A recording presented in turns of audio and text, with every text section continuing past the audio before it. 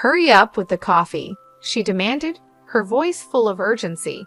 This is why people who drop out and aren't even good-looking are just terrible at their jobs as housekeepers, my sister-in-law said with a smug expression on her face. Her words stung, and I was about to say something back, but then something unexpected happened. I noticed her fiancé standing nearby, and just as I caught his eye, there was a sudden surprising hug. It was so out of the blue that I didn't quite understand what was going on. But somehow, that hug changed everything. It felt like the roles between me and my sister-in-law were reversed in an instant. Let me introduce myself. My name is Lauren, and I'm 37 years old. One of my favorite things to do is fall asleep while watching videos of my child's dance recital. My child is the best, an absolute angel. The way they move their tiny limbs and their adorable little butt during the dance is just the cutest thing ever. Spoiling my child is something I love doing because, to a parent, their child always seems more special than any other. And now that I'm thinking about it, maybe that's how my sister-in-law, Lily, was brought up too. Let's go back a few years to when I had just become a newlywed. When Jack, my husband, proposed, he mentioned that he wanted us to live with his parents after we got married. I was nervous at the thought, but I agreed. Moving in with my in-laws, Frank and Olivia, in their duplex, was a decision that many say doesn't work out well. But to my surprise, Frank and Olivia were incredibly kind, which put me at ease. Feeling reassured, I was happy to go ahead with the wedding plans. But things didn't stay smooth for long. At first, everything seemed fine with my in-laws, but things started to get strained with Lily. It began when I visited Jack's family home to discuss wedding details and registration. A relative of Jack's who was visiting at the time made a comment, saying, "Jack, you've got yourself a pretty bride." I felt flattered, but at that moment, I noticed Lily glaring at me with cold eyes. Frank, Jack's father, responded cheerfully, "Jack's lucky to have such a beauty." But when I glanced over at Lily again, I thought I saw her glaring at Frank too. At first, I thought I was just imagining things, so I brushed it off and soon forgot about it since we didn't see each other for a while. However, on the day of the wedding, something strange happened. Lily showed up wearing a white dress. She's in her late 30s, so she's definitely not an uninformed student who doesn't know the basic rules of wedding etiquette. She deliberately chose a color that clashed with my wedding dress. Naturally, my in-laws and Jack were shocked and asked, "What were you thinking?" But she simply replied, "This was all I had."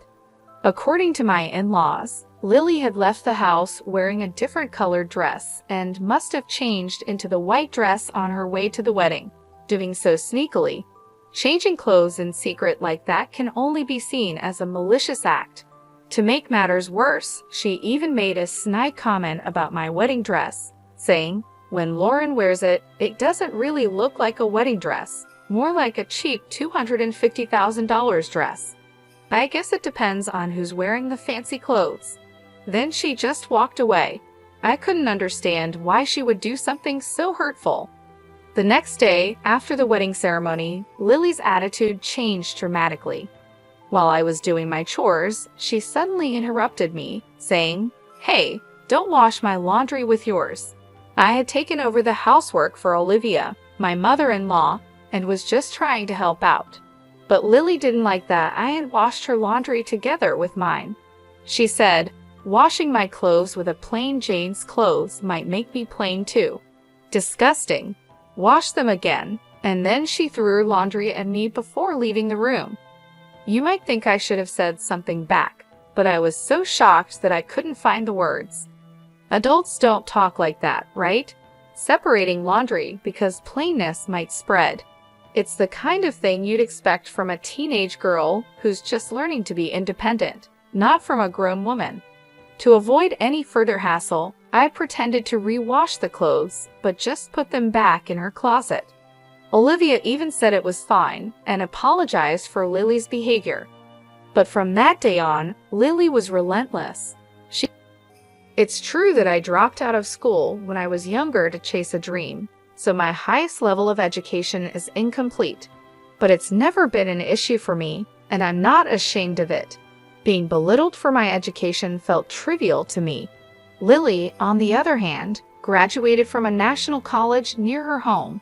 It's not a prestigious university, but she acts like she's more elite than me because of it.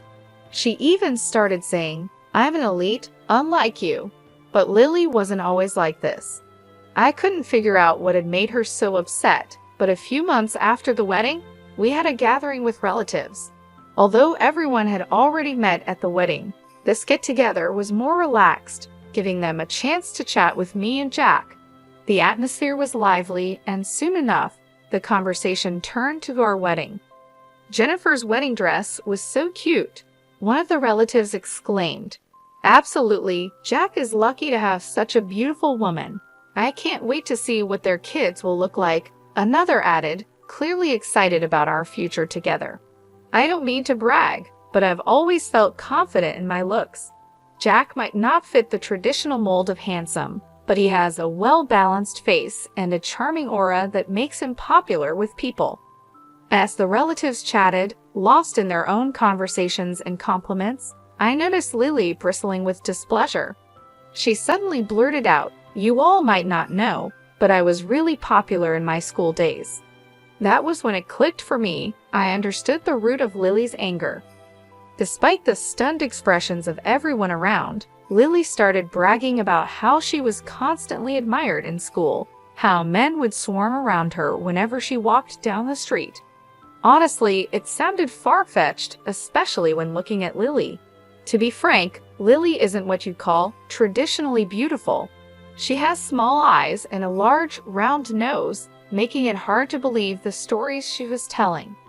Everyone listened with skeptical looks on their faces and soon lost interest, quickly changing the subject. I continued to listen out of pity, but it was hard to stay engaged when you could tell it was all made up. Later, when I went to the kitchen to get some drinks, Lily followed me and suddenly yanked my hair from behind. "What? You think you're better than me?" she hissed. I was taken aback and confused. "What are you talking about?" I asked. "I know you were just humoring me when I said I was popular." "I can tell," she snapped. I was momentarily at a loss for words. I mean, she had started claiming to have had 7 boyfriends at one point. It was obviously a lie. I tried to listen earnestly, but it's hard to stay interested when you know it's all made up. "You think you're so great just because you're called pretty, right? That's just because our country relatives aren't used to seeing women," she sneered, her grip tightening on my hair. "Lily, I'm not feeling great about this," I said, trying to keep calm. But she wasn't done. "Shut up," she shouted, yanking my hair even harder. "In this house, no. In this neighborhood, I'm the cutest. I've been told I'm cute since I was a child. Don't get cocky just because you wear makeup." Lily, who couldn't become prettier even with makeup, continued to accuse me. Okay, you're the cutest, Lily," I said, trying to pacify her. "See, you're just saying that," she snapped back. "Dropouts like you with your fake concern are so obvious." She pushed me, releasing my hair, and I fell hard to the floor. Satisfied, she spat in my face and said, "Don't get carried away just because you're called cute." "I'm the cutest," Lily declared as she walked away. This incident, of course, had to be reported to Jack and my in-laws. When I shared the story, everyone had a "not again" expression on their faces. I learned that Lily is a narcissist with an inflated sense of self-esteem, just like she acted at the family gathering. It turns out the root of this behavior was her late grandfather, who doted on her as his only granddaughter. He always told her she was cuter than celebrities on TV, which apparently skewed her perception of beauty. Because of this, she seems to believe she's the epitome of cuteness. This caused her trouble with classmates when she was younger, leading to conflicts. Everyone apologized to me for the inconvenience, but said there was nothing they could do. It seems Lily won't listen to anyone, according to Jack and the in-laws. I understood, but it was frustrating to hear that nothing could be done, especially when Lily's behavior wasn't just verbally abusive but also physically harmful. I thought to myself, they should do something about it. I even started considering divorce so soon after getting married. But then, within just 2 weeks, Lily brought home a man, introducing him as her fiancé. We were all surprised, as none of us had even heard that she was dating anyone. Her fiancé, Eric, was a serious-looking man with glasses, who seemed timid and kept his head down. Lily, on the other hand, was acting tough and domineering. There was no sign of affection or intimacy between them, making me wonder if he was really okay with marrying Lily. While I was preparing coffee in the kitchen, lost in thought about the situation, Lily started berating me again. "Hey, housekeeper, hurry up with the coffee. This is what happens when dropouts who are unattractive try to do a simple task. Don't keep my fiancé waiting. If this engagement gets called off, it's your fault," she snapped. Jack and the in-laws tried to calm her down, telling her that enough was enough, but she wouldn't listen. Just as I was about to respond, Eric looked up at me. His gaze was so intense that it caught me off guard. I was speechless and asked, "What? Why are you looking at me like that?" Then suddenly he exclaimed, "Sandra," and hugged me tightly. Lily, taken aback, let out a confused "huh." Everyone in the room was shocked. Eric continued, "You've been doing well. I was worried about you after you retired. There's no information about you online." I was flustered and mumbled, sorry." Eric quickly let go, realizing my discomfort. Lily, still confused, asked, "What's going on? Are you a fan for my marriage?" Eric, now more confident, proudly responded, "Yes, I'm a fan of Sandra." He seemed so different from the timid person we had seen earlier. Olivia, puzzled, asked, "Sandra, who's that?" Jack then explained, "It's the idol group Lauren used to be part of, right?" I nodded silently, unsure of how to respond. Amy Maria, later known as Amy and Maria, was the musical group I was part of during my teenage years. I moved to the city at 17 and performed under the stage name Mime Pew until I was 20. While Amy Maria wasn't world famous, we had our share of popularity. Unfortunately, the group disbanded because of some members' misconduct, and I left the music industry when I was 21. I had been a lead member and the group's leader, and it was because of this that I dropped out of school. I chose to follow my dream, working part-time jobs to support myself, and I've never regretted that decision. Back when I was a teenager and later decided to marry Jack, I was working at an apparel shop. I had never mentioned my past as a musician to my in-laws or to Lily. The topic just never came up, and I felt it wasn't relevant to my current life. "Wow, you were a musician. That's amazing. Why didn't you tell us?" Olivia exclaimed, thrilled to learn something new about me. "I had some fame, but it wasn't enough to appear on TV," I explained, feeling a bit embarrassed about it. I didn't really think it was worth mentioning. Now, being reminded of that part of my life in front of everyone, I felt a mix of emotions: pride, nostalgia, and a bit of embarrassment. Eric, still glaring at Lily, said, "Lily, you just said some harsh words to Sandra, didn't you?"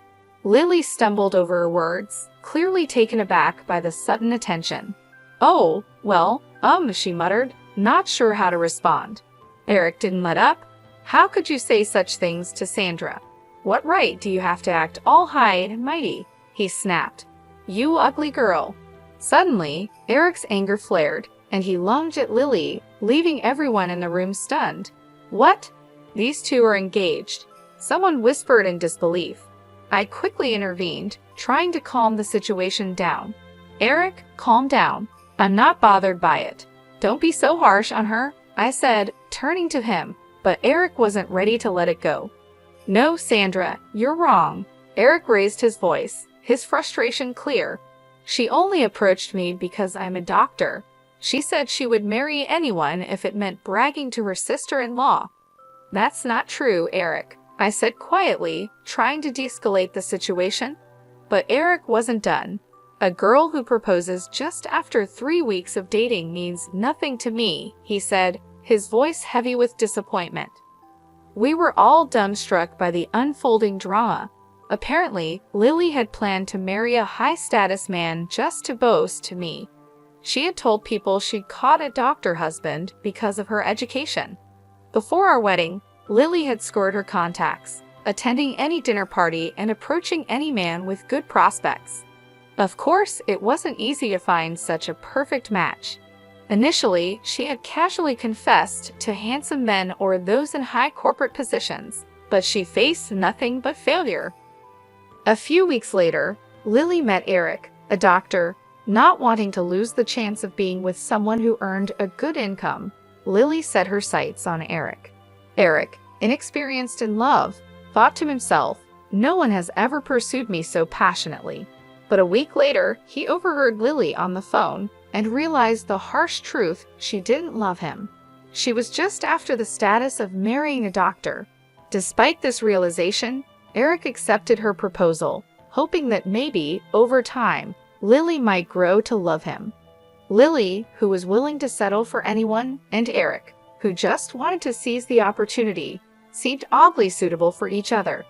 But I kept silent, feeling that no one should marry a girl who looks down on others. Eric was beyond furious, while Lily was visibly frightened by his unexpected anger. Normally mild-mannered, Eric was enraged, which took everyone by surprise. Lily, in a weak voice, muttered, "What's so good about that dropout? That ugly girl? How dare you call Sandra ugly? You're the one who's lacking in class," Eric retorted, his anger intensifying. I decided to step in, my voice calm but firm. "Lily, you keep bringing up my dropout status. Is it really that bad?" I asked, watching as Eric's expression hardened. "Without education, of course it's bad," Lily replied, trying to sound confident, but failing. "So, the owner of your favorite restaurant, who started chef training right after high school, is bad too. And what about your favorite actor, who's also a dropout? Are they bad because they didn't complete their education?" I asked, pressing the point. "That's different, they're in special professions," Lily stammered, trying to defend her argument. "Well, I chose to drop out for a special career too as a musician. Does it only count if I'm successful?" I challenged her, my eyes locking onto hers. "I didn't even know you were a musician," Lily muttered, clearly taken aback. "Yeah, but even if you did know, you would have found another reason to insult me, wouldn't you?" I said, catching Lily off guard. She averted her eyes, unable to meet my gaze. "I don't like to brag about education," I continued, "but since you brought it up, let's talk about it. You might brag about Princeton, but your national colleges. Anyone can get in just by writing their name. And let's not forget, you graduated from the lowest performing high school in the state. Are you just proud of being able to write your name? Isn't that a bit empty?" I said with a smile, watching as Lily's face turned red with embarrassment. "Shut up," Lily snapped, but her voice lacked conviction.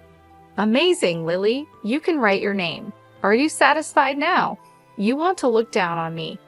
"Go ahead, Lily, you're amazing," I said, mockingly clapping for her. Eric joined in, exclaiming, "Cute. Why did I forget about Sandra for such an ugly girl? Fans are incredible, even now." Even though I didn't see myself as particularly cute, standing beside an adoring Eric, Lily's self-esteem crumbled. She looked devastated, muttering, "This is the worst. I've never been made fun of like this. I'm cute. It's your fault, you know. And besides, it's not just looks, your personality isn't cute either." "I know I'm not the cutest either," I admitted, "but I'm not as bad as you. Maybe start by fixing that ugly personality of yours." "What? Who do you think you are?" Lily's face twisted with anger. "You see," I continued calmly, "a woman's face ages with time. There's no point in being overly confident about your looks. What's important is the heart. Inner beauty shows on your face." Olivia clapped and nodded in agreement. "That's well said," she remarked. Jack added with a wry smile, "True. I used to like cute girls when I was younger, but when I started thinking about marriage, I began to value comfort and personality more. Lily, with your current attitude, you won't find happiness in marriage." Frank, my father-in-law, sharply commented, "You were always called cute, but that was as a grandchild, not in the eyes of the world. With a bad personality, you'll end up being ugly both inside and out." Lily sighed deeply, feeling the weight of everyone's words. "This is just the worst," she muttered, and then she started crying. Eric, showing no mercy, said, "Even though my fiancé is crying, I can't help but think that a girl with a bad personality has an ugly crying face. Let's call off this marriage. I'm confident I won't fall for someone like this. Sorry for being distracted by her, Sandra." And just like that, Lily's engagement ended incredibly quickly. She was kicked out of the house, with everyone telling her she needed to learn about life and work on herself. Initially, Lily was defiant. "I have friends," she said. "I won't let being kicked out bother me." But within 5 days, she returned home, defeated. "I fought with my friend and got kicked out. Can I come back?" she asked, her voice full of desperation. It seemed even her friend had seen through Lily's flaws after spending so much time together. No one was willing to take her in, and of course, my in-laws and Jack didn't accept her back either. They regretted pampering Lily too much over the years and apologized to me for not taking action sooner. "We heard what was happening, but we didn't act. We're sorry," they said. "I understand," I replied.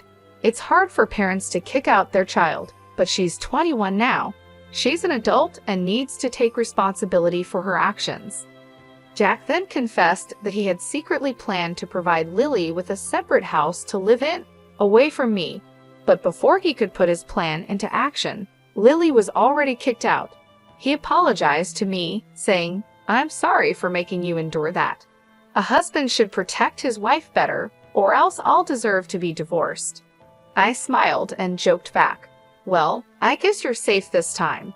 Afterward, Lily moved into her own place, but life wasn't easy for her.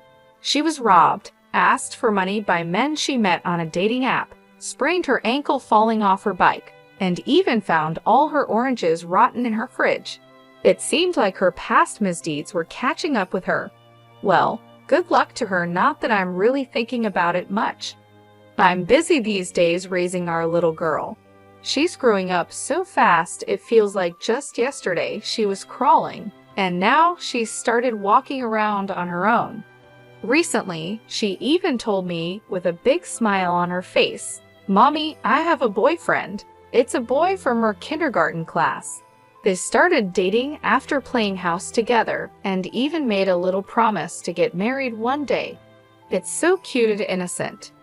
When Jack heard about it, he jokingly cried while sipping his drink, saying, "Don't leave Dad and get married." Of course, we both know that their relationship is just like playing house, a part of childhood fun. But it's also a reminder of how quickly kids grow up. Someday, our little girl will find someone she truly wants to marry, and when that time comes, we'll be ready to support her. Until then, Jack and I are focused on raising her to be the best person she can be. She's our pride and joy, and we want to help her become an even more wonderful young lady as she grows. But right now, the road to becoming a lady is still long, filled with learning moments and playful adventures. Speaking of which, she just made a big mess in the living room, so it's time for a little lecture and a cleanup. Every day brings new challenges and joys, and I'm excited to see the person she'll become.